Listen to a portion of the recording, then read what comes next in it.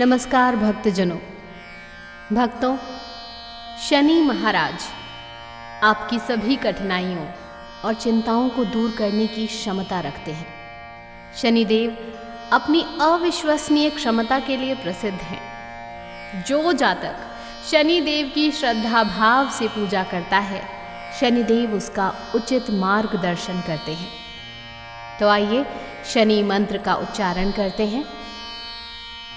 नीलांजन समाभासं रविपुत्रं यमाग्रजं छायामार्तण्ड संभूतं तं नमामि शनैश्चरम्।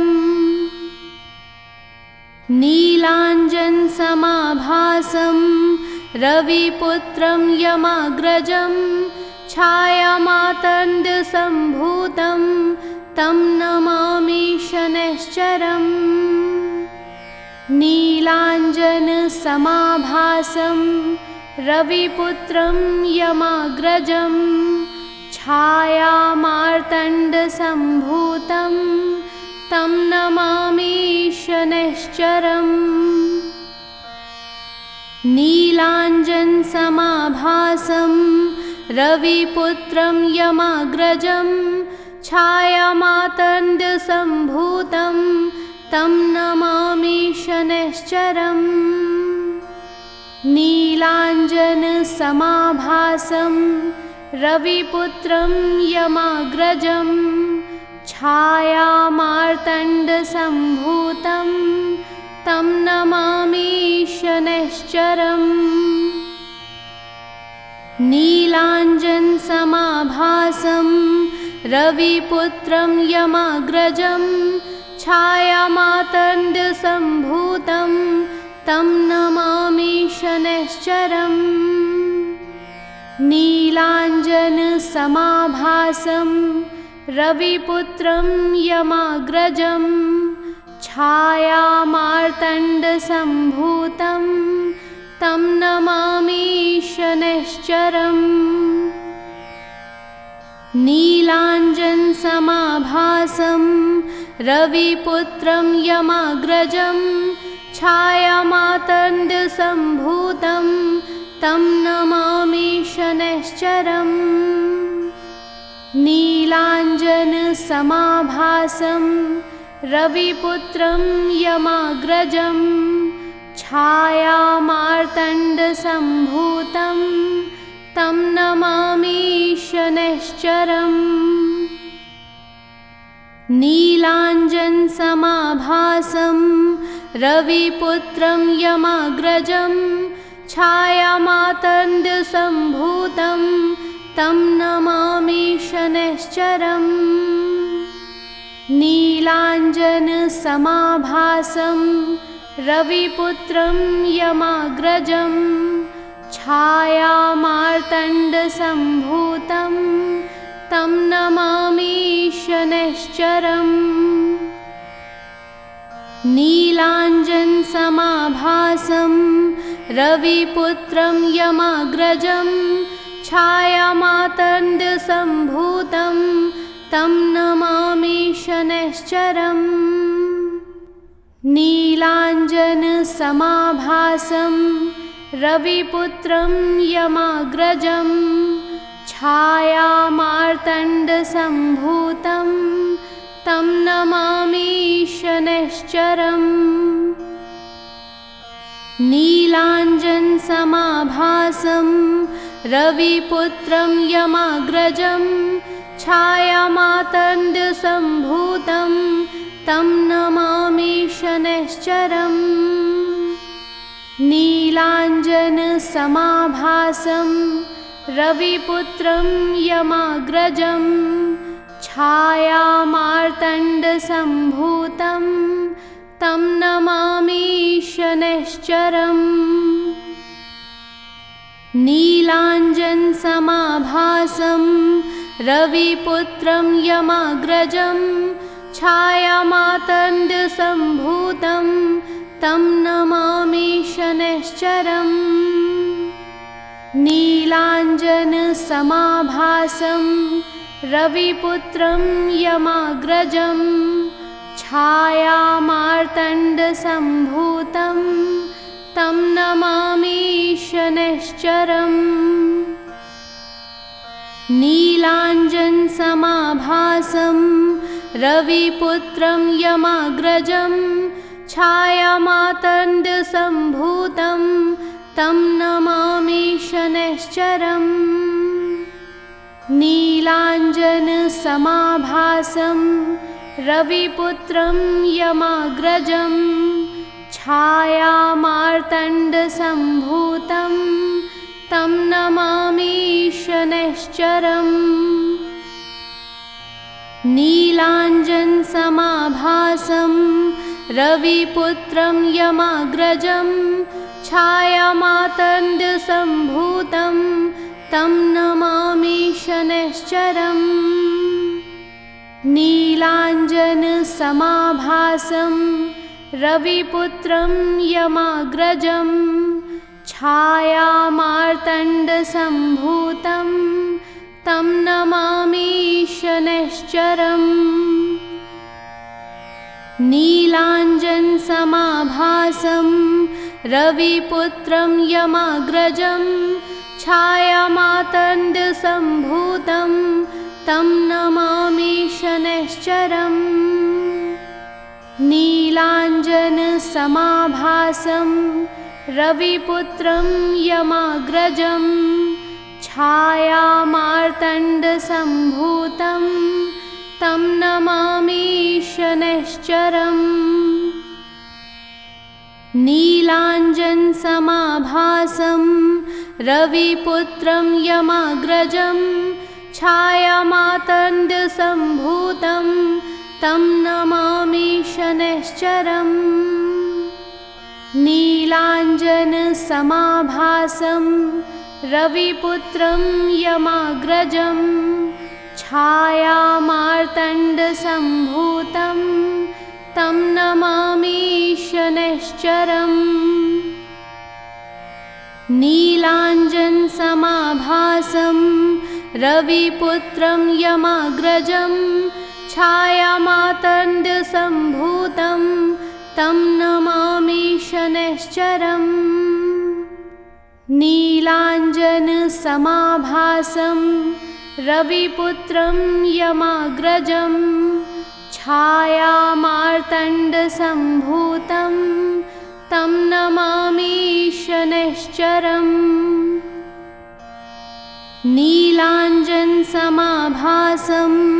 रविपुत्रं यमाग्रजं छायामार्तण्डसम्भूतं तं नमामि शनैश्चरम्।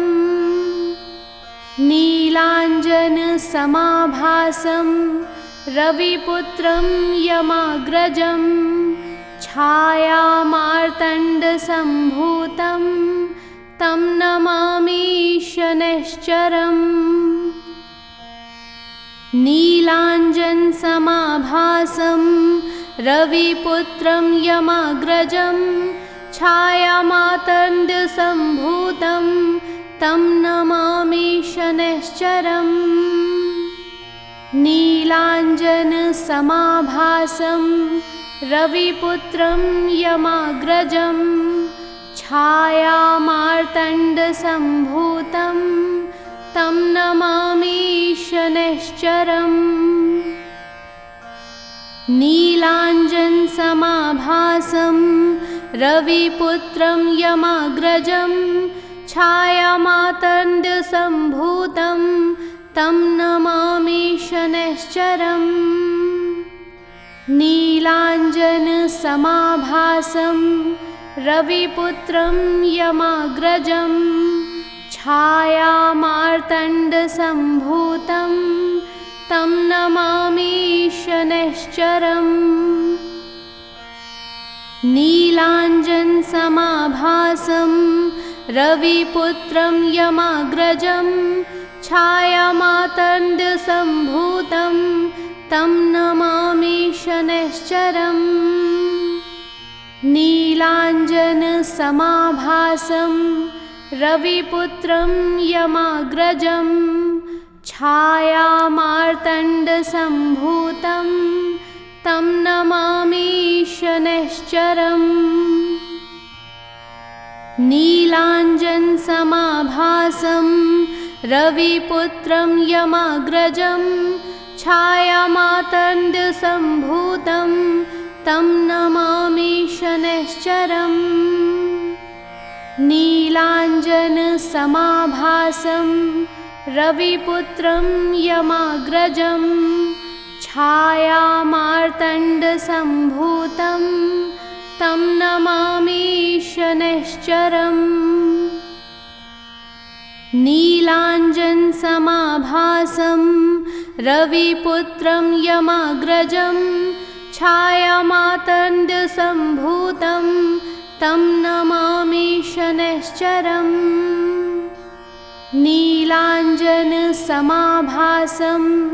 रविपुत्रं यमाग्रजं छायामार्तण्डसम्भूतं तं नमामि शनैश्चरम्। नीलाञ्जनसमाभासं रविपुत्रं यमाग्रजं छायामातण्डसम्भूतं तं नमामि शनैश्चरम्। नीलाञ्जनसमाभासं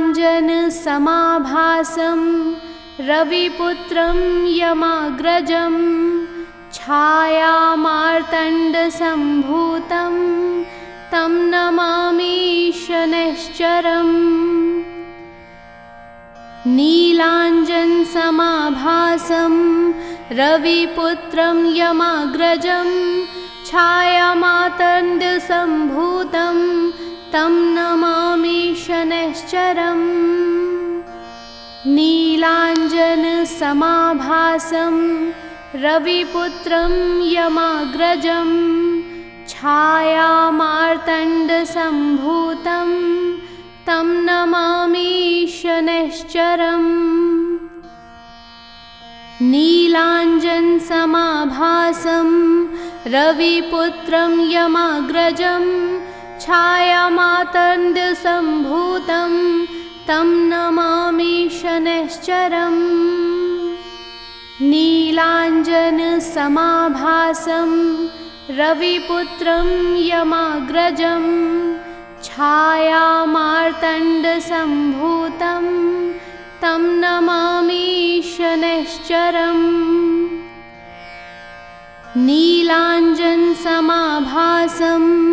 रविपुत्रं यमाग्रजं छायामातण्डसम्भूतं तं नमामि शनैश्चरम्।